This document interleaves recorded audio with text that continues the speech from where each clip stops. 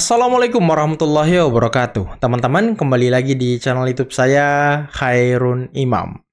Gimana nih kabar kalian? Semoga kita semua selalu diberi kesehatan, kemudahan, dan juga limpahan rezeki dari Yang Maha Kuasa, teman-teman ya.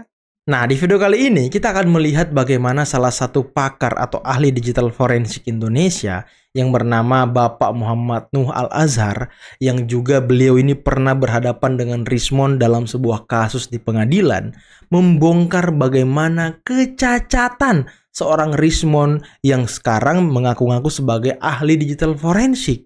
Dan ternyata Pak Nuh mengatakan bahwa Rismon pernah menggunakan bukti yang tidak valid di pengadilan ketika dia menjadi saksi ahli. Waduh. Saksi ahli kok nggak paham gitu dengan SOP pembuktian di pengadilan. Ini kan kocak, teman-teman. Dan ternyata setelah dicek, nama Rismon tidak ditemukan dimanapun dalam komunitas digital forensik Indonesia. Dan ini mengingatkan kita terhadap salah satu omongan dari Roy Suryo yang juga pernah menyentil dan menelanjangi seorang ahli bernama Rismon, teman-teman. Ini semakin menarik nih. Saya harap kalian nonton sampai habis. Karena apa? Di akhir video kita akan melihat bagaimana tanggapan dari Presiden ke-7 Bapak Joko Widodo mengenai polemik hutang kereta cepat Wush yang sekarang menjadi senjata gerombolan pembenci untuk menyerang Presiden ke-7 Bapak Joko Widodo. Tapi sebelum kita mulai videonya, jangan lupa like, subscribe, dan share. Dan tanpa perlu berlama-lama lagi, mari kita mulai videonya berikut ini. Nama Rismon Hasiholan Sianipar kembali jadi sorotan. Kepakarannya dalam bidang forensik digital dipertanyakan oleh pakar forensik digital Muhammad Nuh Al-Azhar. Kalau di kopi sianida itu salah, iya.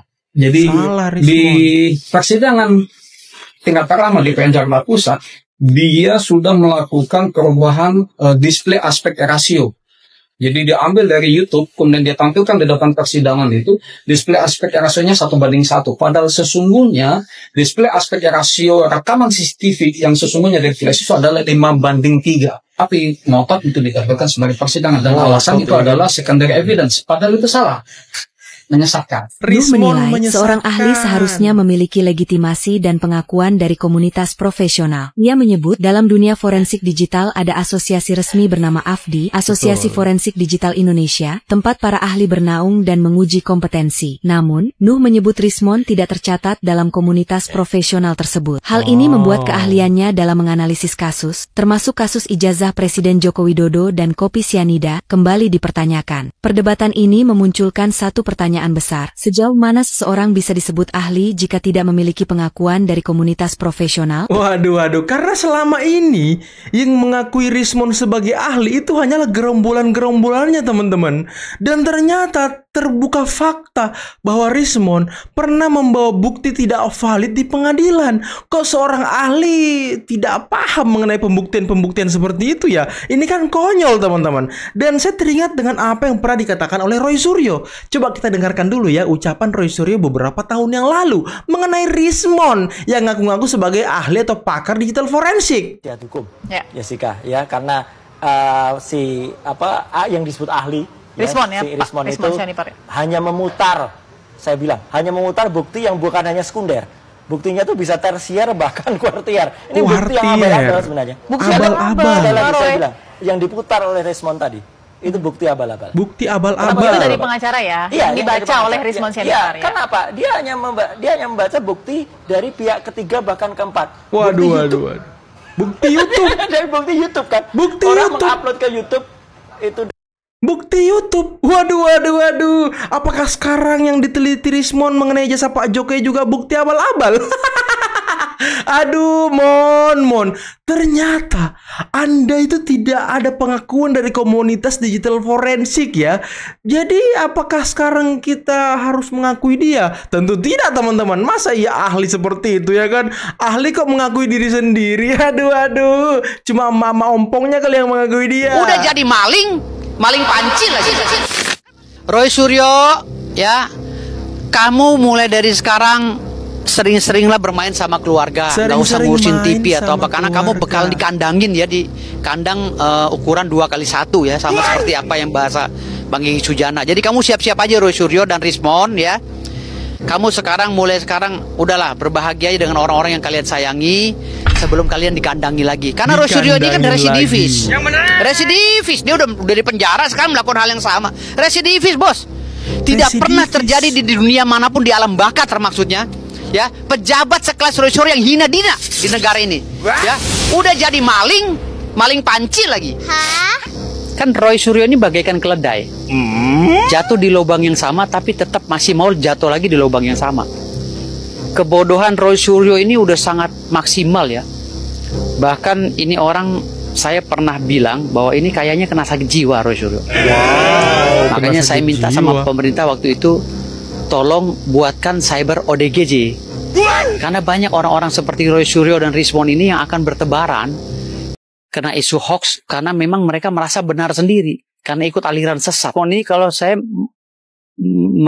mengkaji dari sudut pandang saya sebagai orang yang pernah belajar ilmu psikolog, ini kayaknya kena mental dia. Kayaknya dia tuh kalau orang berbicara ketawa-ketawa kayak ketawa-ketawa. Jadi saya sebenarnya sih sangat menyayangkan ya. Kok pemerintah Indonesia membiarkan ODGJ begini keliaran gitu loh. Terima kasih atas kepemimpinan Bapak. Terima kasih atas kenegarawanan Bapak. Bapak telah menakodai bangsa ini melalui krisis-krisis yang sungguh sangat berat. Wow. Jangan kita merasakan hari ini. Ingat waktu COVID, kita bahkan keluar dari rumah kita takut. Saya saksi, saya menterinya beliau, semua pihak dalam dan luar negeri telepon terus, menekan beliau terus, minta lockdown. Beliau menolak.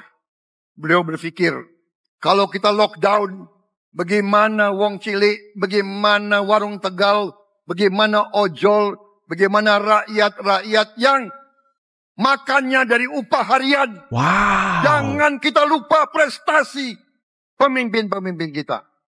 Terima kasih Pak Jokowi. Terima kasih Pak Anda Jokowi. telah berjasa.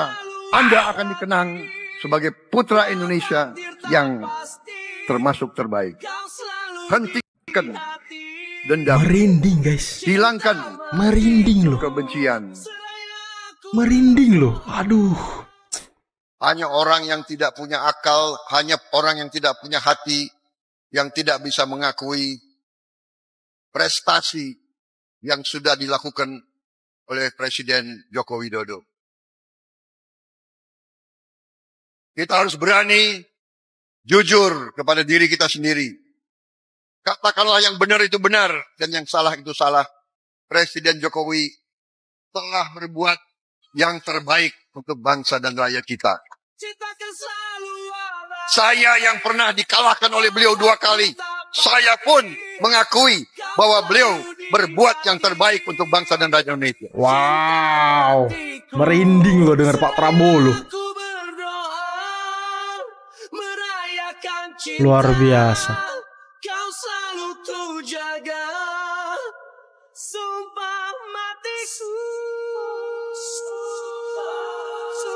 Terharu teman-teman saya. Terharu saya mendengar ucapan-ucapan pidato-pidato Pak Prabowo ini.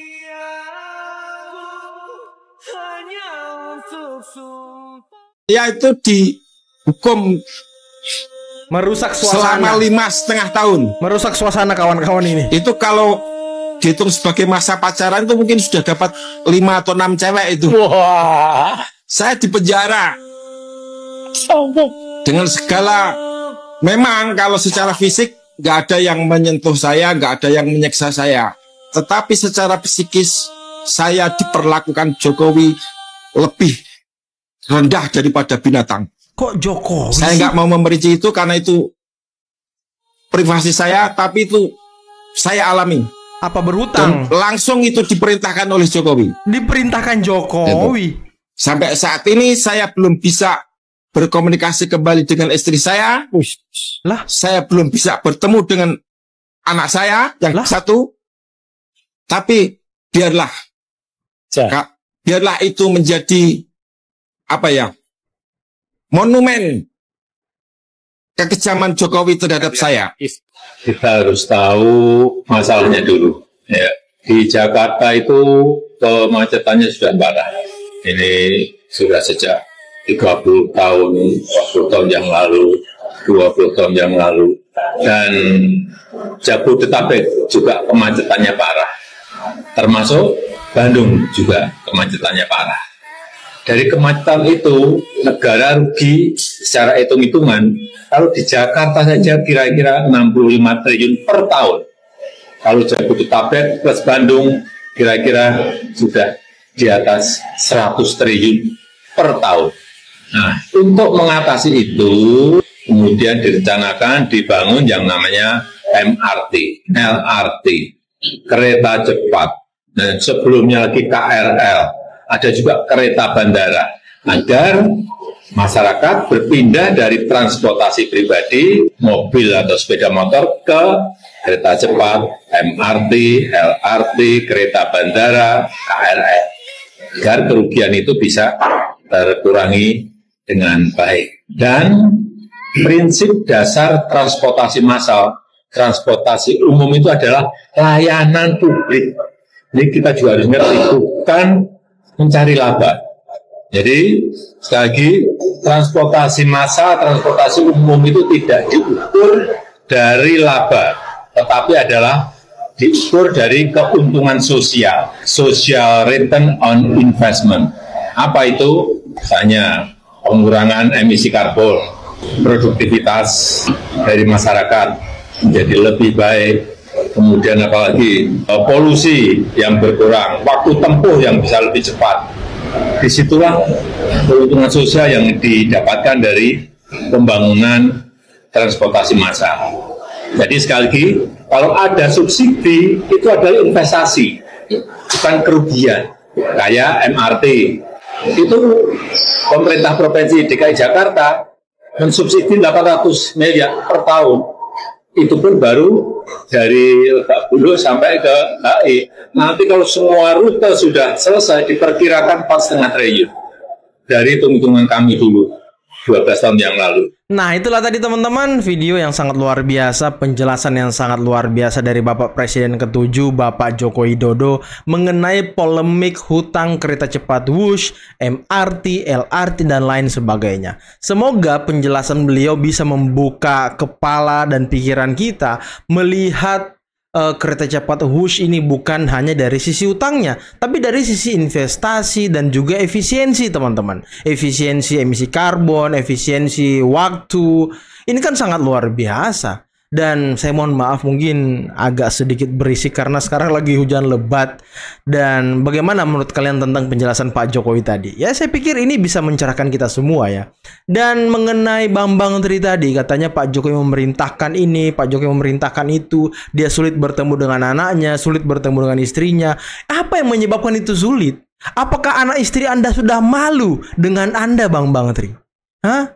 Jadi jangan sedikit-sedikit bawa-bawa Pak Jokowi. Saya curiga anak istri Anda ini sudah malu melihat tingkah laku Anda yang selama ini memfitnah, memframing jahat Pak Jokowi. Padahal mungkin istri Anda ini ya pecinta Pak Jokowi gitu ya kan.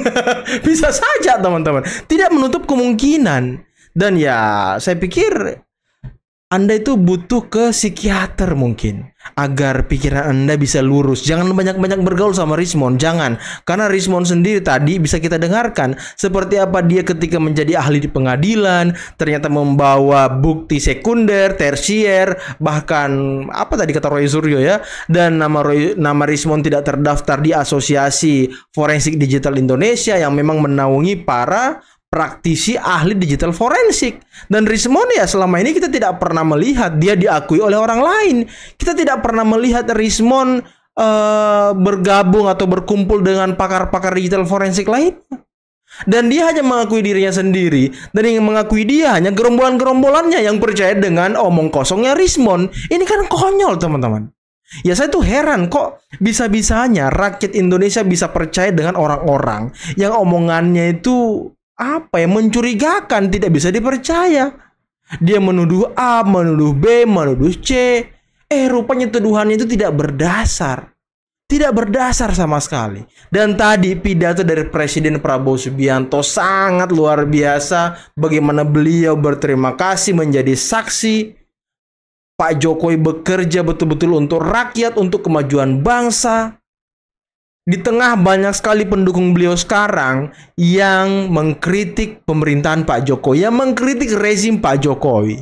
Yang dimana mereka tidak sadar bahwa rezim Pak Jokowi di periode kedua itu ada Pak Prabowo sebagai menteri. Dan tadi Pak Prabowo mengaku dia sebagai saksi. Dan hanya orang yang tadi Pak Prabowo bilang tidak bisa melihat kebaikan orang lain. Dan Pak Jokowi sudah membawa kita keluar dari krisis yang sangat-sangat dalam, COVID-19, teman-teman. Tapi ya apapun itu, ini ada upaya adu domba sepertinya dari kelompok-kelompok tertentu untuk merusak hubungan Prabowo dan juga Jokowi melalui relawan-relawannya. Dan bisa kita lihat itu sudah mulai muncul, percikan-percikan itu sudah mulai nampak. Ya makanya kita harus lebih berhati-hati teman-teman. Oke, mungkin cukup sekian dulu video kali ini. Jangan lupa like, subscribe, dan share videonya. Akhir kata, billahi taufiq wal hidayah. Assalamualaikum warahmatullahi wabarakatuh. Bye-bye.